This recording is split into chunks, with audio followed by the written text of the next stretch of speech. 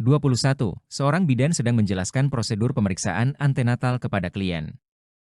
Bagaimana cara yang paling efektif agar klien merasa nyaman dan memahami informasi yang diberikan? A. Menggunakan bahasa yang sederhana dan jelas. B. Memastikan klien memiliki cukup waktu untuk mengajukan pertanyaan.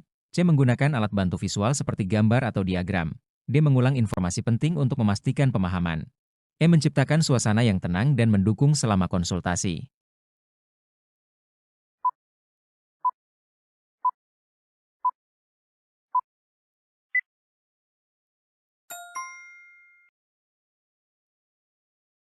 Untuk memastikan klien merasa nyaman dan memahami informasi yang diberikan selama penjelasan prosedur pemeriksaan antenatal, cara yang paling efektif adalah menggunakan bahasa yang sederhana dan jelas.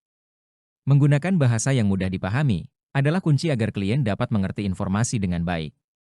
Meskipun semua opsi lainnya juga penting dan dapat digunakan secara bersamaan, penggunaan bahasa yang sederhana akan menjadi fondasi yang kuat untuk komunikasi yang efektif.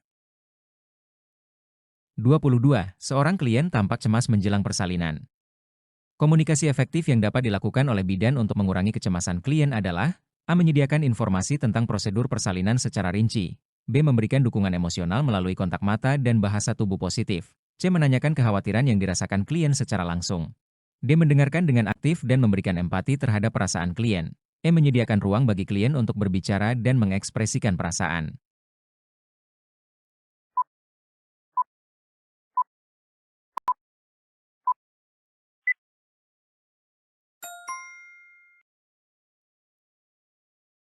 Pilihan yang paling tepat adalah mendengarkan dengan aktif dan memberikan empati terhadap perasaan klien.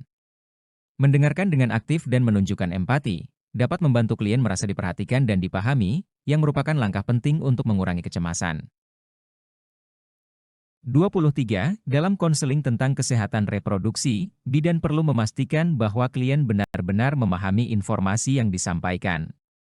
Teknik komunikasi yang paling tepat adalah A. Mengajukan pertanyaan terbuka untuk menilai pemahaman klien. B. Menggunakan analogi yang mudah dipahami klien. C. Memberikan contoh situasi sehari-hari yang relevan dengan kesehatan reproduksi. D. Menggunakan teknik teachback, meminta klien mengulangi informasi yang disampaikan.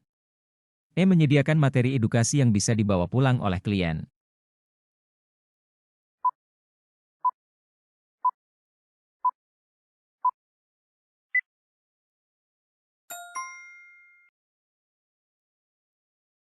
Dalam konteks konseling tentang kesehatan reproduksi, teknik komunikasi yang paling tepat untuk memastikan klien memahami informasi yang disampaikan adalah menggunakan teknik tick-back, meminta klien mengulangi informasi yang disampaikan. Teknik ini sangat efektif, karena tidak hanya menguji pemahaman klien, tetapi juga memberikan kesempatan bagi mereka untuk mengklarifikasi informasi yang mungkin belum mereka pahami. 24. Seorang bidan sedang menangani klien dengan latar belakang budaya yang berbeda. Bagaimana bidan dapat menjaga komunikasi yang efektif dalam situasi ini? A. Menghormati nilai dan kepercayaan budaya klien dalam setiap tahap pelayanan. B. Menggunakan pendekatan yang sensitif terhadap perbedaan bahasa dan budaya. C. Mengajak anggota keluarga yang relevan untuk terlibat dalam diskusi jika diperlukan. D. Mengadaptasi gaya komunikasi sesuai dengan preferensi klien. E. Mendorong dialog terbuka untuk memperjelas harapan dan kebutuhan klien.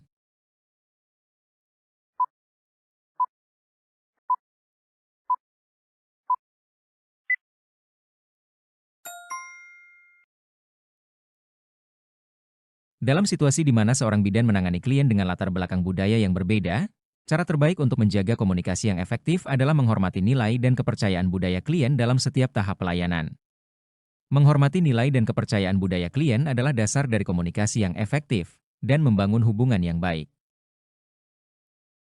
25. Ketika memberikan informasi terkait imunisasi bayi, bidan perlu memastikan klien paham. Pendekatan yang paling efektif adalah A. Memberikan informasi tertulis yang jelas dan mudah dipahami. B. Menggunakan alat bantu visual untuk menjelaskan manfaat imunisasi. C. Menjelaskan secara detail waktu dan jenis imunisasi yang diperlukan. D. Memberikan kesempatan kepada klien untuk bertanya setelah penjelasan. E. Menggunakan bahasa yang disesuaikan dengan tingkat pemahaman klien.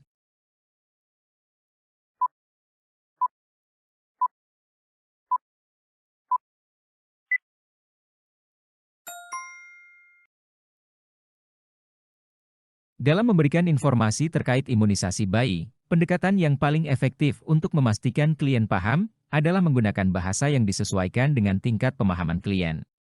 Menggunakan bahasa yang sesuai dengan tingkat pemahaman klien sangat penting untuk memastikan informasi dapat diterima dan dipahami dengan baik. Meskipun semua opsi lainnya juga berkontribusi pada komunikasi yang efektif, menyesuaikan bahasa dengan pemahaman klien adalah kunci utama. 26. Seorang bidan kepala harus memastikan pelayanan kebidanan berjalan lancar di klinik. Prinsip kepemimpinan yang efektif dalam manajemen kebidanan meliputi: A. Menjalin komunikasi terbuka dan transparan dengan tim. B. Memberikan dukungan kepada staf dalam pengambilan keputusan. C. Menerapkan sistem evaluasi berkala untuk meningkatkan kualitas layanan. D. Mendelegasikan tugas secara tepat sesuai dengan kompetensi staf. E. Menghargai kontribusi setiap anggota tim dan memberikan umpan balik konstruktif.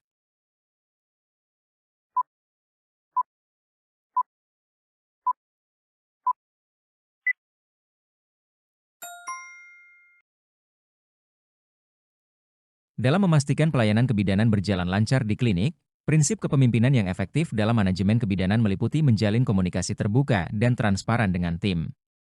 Komunikasi yang terbuka dan transparan adalah fondasi dari kepemimpinan yang efektif.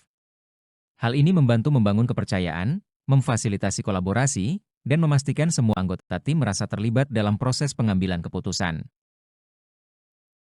27. Dalam mengelola konflik di antara anggota tim kebidanan, seorang pemimpin harus mampu: A. Mendengarkan pandangan semua pihak secara aktif sebelum mengambil keputusan. B. Mencari solusi yang adil dan win-win bagi semua pihak yang terlibat. C. Mengedepankan komunikasi terbuka dan transparan untuk menyelesaikan masalah. D. Mendorong partisipasi semua anggota dalam diskusi penyelesaian masalah. E. Mengidentifikasi akar penyebab konflik dan mencari penyelesaian yang tepat.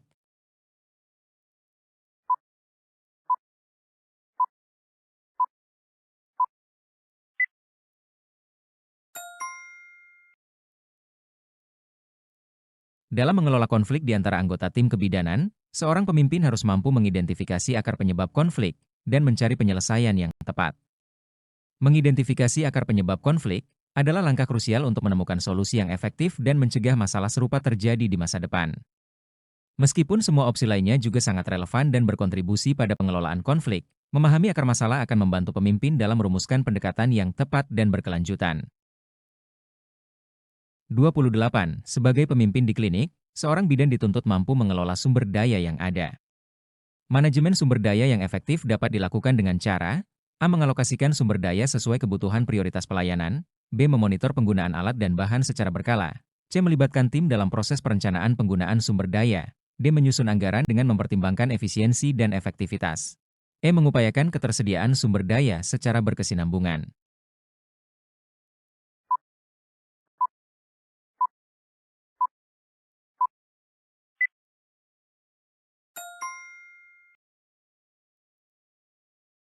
Sebagai pemimpin di klinik, manajemen sumber daya yang efektif dapat dilakukan dengan cara mengalokasikan sumber daya sesuai kebutuhan prioritas pelayanan. Mengalokasikan sumber daya berdasarkan prioritas pelayanan adalah kunci untuk memastikan bahwa kebutuhan klien terpenuhi dengan baik dan sumber daya digunakan secara efisien. Meskipun semua pilihan lainnya juga penting untuk manajemen sumber daya yang baik, prioritas dalam alokasi akan memastikan fokus pada pelayanan yang paling dibutuhkan. 29. Seorang bidan ingin meningkatkan kualitas pelayanan di kliniknya. Langkah-langkah manajemen yang dapat dilakukan adalah: A. Mengidentifikasi area-area yang memerlukan perbaikan melalui survei dan evaluasi. B. Menerapkan standar operasional prosedur yang jelas dan konsisten. C. Mengadakan pelatihan dan pengembangan kompetensi bagi staf kebidanan. D. Mengkaji umpan balik dari klien untuk meningkatkan kualitas layanan. E. Melakukan audit internal secara rutin untuk memastikan kepatuhan terhadap standar.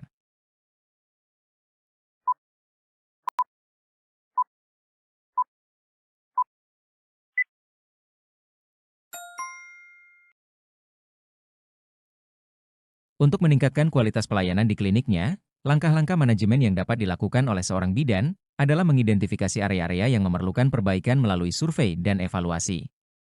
Mengidentifikasi area yang memerlukan perbaikan adalah langkah pertama yang penting untuk memahami di mana perbaikan diperlukan. Setelah itu, langkah-langkah lainnya seperti menerapkan SOP, pelatihan, mengkaji umpan balik klien, dan audit internal juga harus dilakukan untuk mencapai tujuan peningkatan kualitas. Namun, Mengidentifikasi area yang membutuhkan perbaikan adalah fondasi dari semua langkah selanjutnya. 30. Dalam menghadapi situasi darurat persalinan, seorang bidan harus mampu memimpin tim secara efektif.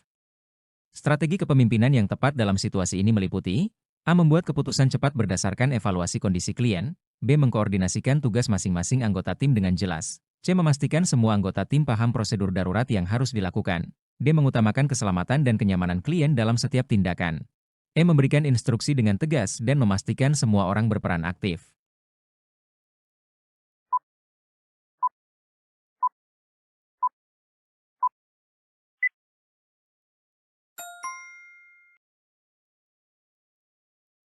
Dalam menghadapi situasi darurat persalinan, strategi kepemimpinan yang tepat meliputi mengkoordinasikan tugas masing-masing anggota tim dengan jelas. Koordinasi yang jelas sangat penting dalam situasi darurat untuk memastikan semua anggota tim tahu peran dan tanggung jawab mereka. Meskipun semua opsi lain juga relevan dan penting untuk menciptakan lingkungan yang efektif dan aman, koordinasi yang baik adalah kunci untuk mengelola situasi darurat dengan sukses. 31. Untuk menciptakan lingkungan kerja yang kolaboratif dalam praktik kebidanan, seorang bidan pemimpin dapat A. Mendorong kerjasama antar profesi kesehatan yang berbeda, B. Mengadakan pertemuan tim secara rutin untuk mendiskusikan permasalahan dan solusi, C. Meningkatkan semangat kerja tim melalui kegiatan pengembangan tim, D. Menciptakan suasana kerja yang kondusif dan saling mendukung, E. Memberikan penghargaan kepada anggota tim yang menunjukkan inisiatif positif.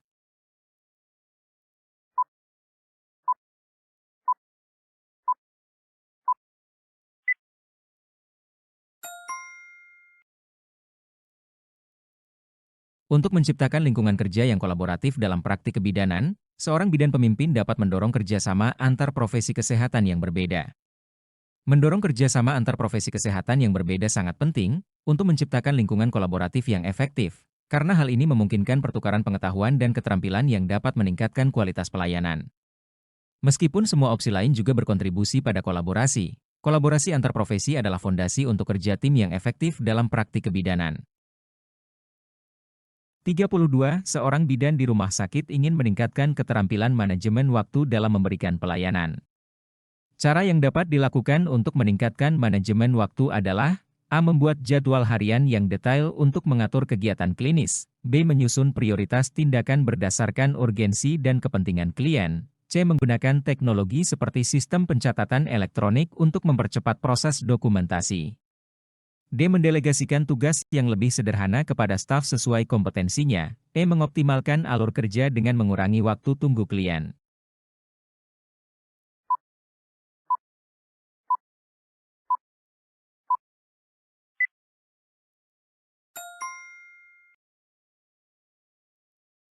Untuk meningkatkan keterampilan manajemen waktu dalam memberikan pelayanan, cara yang dapat dilakukan adalah menyusun prioritas tindakan berdasarkan urgensi dan kepentingan klien.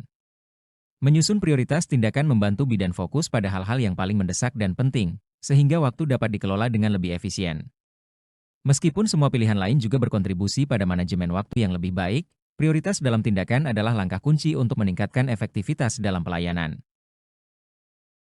33. Dalam rangka meningkatkan motivasi kerja tim kebidanan, seorang pemimpin dapat A. Memberikan pelatihan dan pengembangan keterampilan yang sesuai, B. Menyusun sistem penghargaan dan insentif berdasarkan kinerja, C. Membangun komunikasi yang positif dan terbuka dalam tim, D. Memberikan umpan balik yang konstruktif secara berkala, E. Melibatkan anggota tim dalam pengambilan keputusan penting.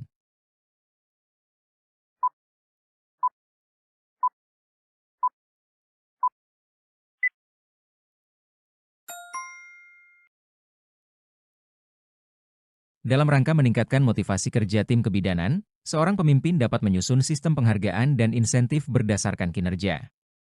Sistem penghargaan dan insentif yang baik dapat secara langsung memotivasi anggota tim untuk berprestasi lebih baik dan merasa dihargai atas kontribusi mereka.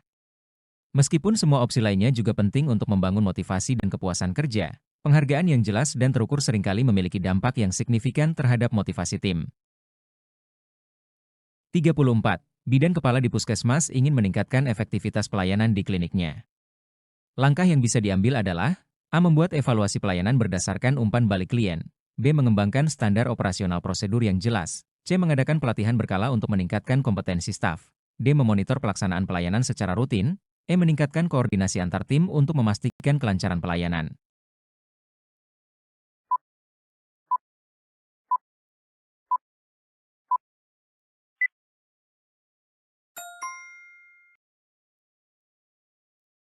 Untuk meningkatkan efektivitas pelayanan di kliniknya, langkah yang bisa diambil oleh bidan kepala di puskesmas adalah mengembangkan standar operasional prosedur yang jelas. Pengembangan SOP yang jelas adalah langkah fundamental untuk memastikan semua anggota tim memahami prosedur yang harus diikuti, yang pada gilirannya meningkatkan konsistensi dan kualitas pelayanan. Meskipun semua pilihan lain juga penting dan dapat saling melengkapi, memiliki SOP yang baik adalah dasar yang krusial untuk efektivitas pelayanan. 35. Bidan kepala di klinik menghadapi situasi keterbatasan sumber daya manusia. Untuk mengatasi masalah ini, langkah yang dapat diambil adalah A. Menjadwalkan rotasi tugas untuk mengoptimalkan tenaga yang ada. B. Memberikan pelatihan tambahan kepada staf yang ada untuk meningkatkan kapasitas kerja. C. Melakukan analisis kebutuhan tenaga kesehatan di klinik. D. Mengajukan usulan penambahan staf kepada pihak manajemen. E. Mengembangkan sistem kerja yang lebih efisien untuk mengurangi beban kerja.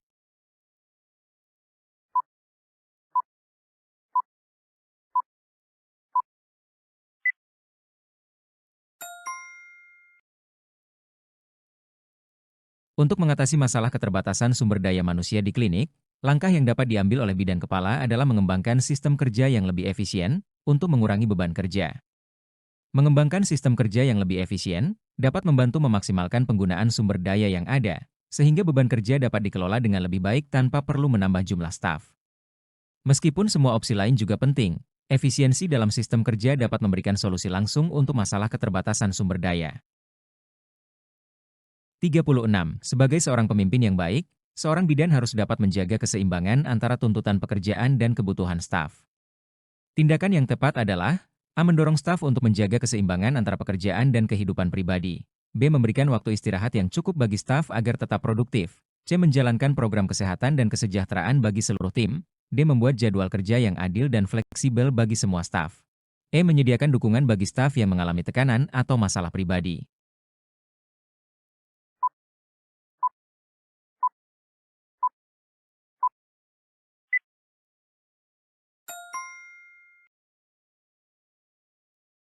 Sebagai seorang pemimpin yang baik, tindakan yang tepat untuk menjaga keseimbangan antara tuntutan pekerjaan dan kebutuhan staf adalah mendorong staf untuk menjaga keseimbangan antara pekerjaan dan kehidupan pribadi. Mendorong staf untuk menjaga keseimbangan ini sangat penting, agar mereka dapat merasa dihargai dan tidak terbebani, yang pada gilirannya dapat meningkatkan produktivitas dan kepuasan kerja. Meskipun semua pilihan lain juga berkontribusi pada kesejahteraan staf, mendorong keseimbangan secara aktif adalah langkah kunci dalam menciptakan lingkungan kerja yang sehat. 37. Dalam memastikan pelayanan kebidanan yang berkualitas, seorang pemimpin bidan harus mampu A. Menerapkan standar mutu pelayanan yang tinggi dan konsisten. B. Mengembangkan kebijakan pelayanan berbasis bukti ilmiah. C. Melakukan evaluasi kinerja secara berkala dan memberikan umpan balik. D. Memastikan seluruh staf mengikuti pelatihan terbaru terkait praktik kebidanan. E. Melakukan audit klinis untuk menilai kepatuhan terhadap standar pelayanan.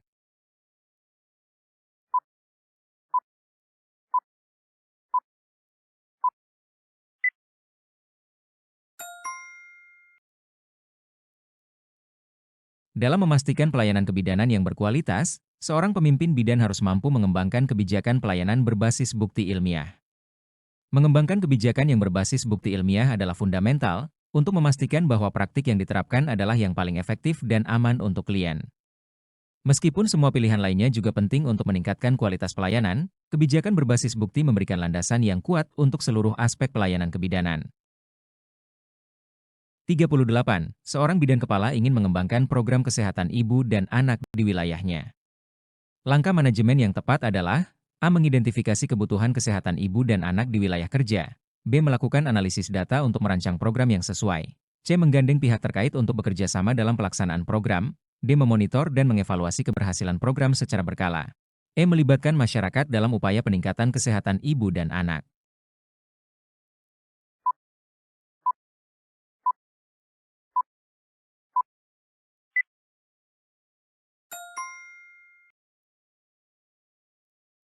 Untuk mengembangkan program kesehatan ibu dan anak di wilayahnya, langkah manajemen yang tepat adalah mengidentifikasi kebutuhan kesehatan ibu dan anak di wilayah kerja. Mengidentifikasi kebutuhan kesehatan adalah langkah awal yang krusial untuk memahami masalah yang ada dan merancang program yang relevan dan efektif. Tanpa pemahaman yang jelas tentang kebutuhan spesifik di wilayah tersebut, langkah-langkah selanjutnya mungkin tidak dapat diimplementasikan secara optimal. 39. Dalam situasi krisis kesehatan masyarakat, seorang bidan perlu menunjukkan kepemimpinan yang kuat. Langkah yang bisa diambil adalah A. Mengkoordinasikan tim untuk menghadapi tantangan krisis dengan cepat. B. Memastikan pelayanan tetap berjalan sesuai prosedur meski dalam kondisi krisis. C. Memberikan edukasi dan informasi yang akurat kepada masyarakat terkait situasi krisis. D. Mengalokasikan sumber daya yang tersedia secara optimal selama krisis. E. Membangun kerjasama lintas sektor untuk menangani situasi dengan efektif.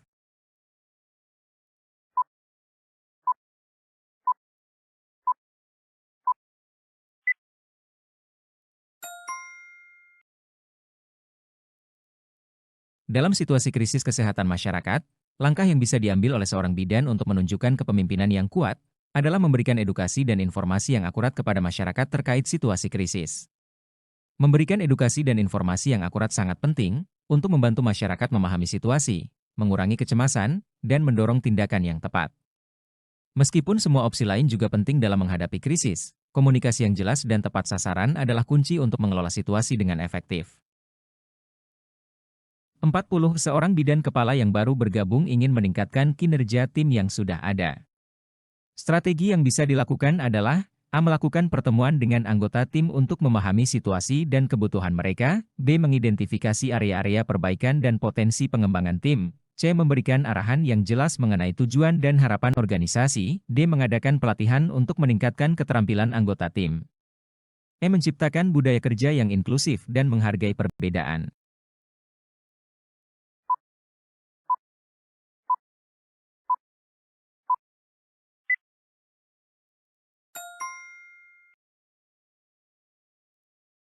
Strategi yang bisa dilakukan oleh seorang bidan kepala yang baru bergabung untuk meningkatkan kinerja tim yang sudah ada adalah melakukan pertemuan dengan anggota tim untuk memahami situasi dan kebutuhan mereka. Dengan memahami situasi dan kebutuhan tim, bidan kepala dapat mengidentifikasi tantangan yang dihadapi anggota tim dan mencari cara untuk mendukung mereka. Ini adalah langkah awal yang penting untuk membangun kepercayaan dan menciptakan hubungan yang baik yang akan mendukung semua inisiatif perbaikan selanjutnya.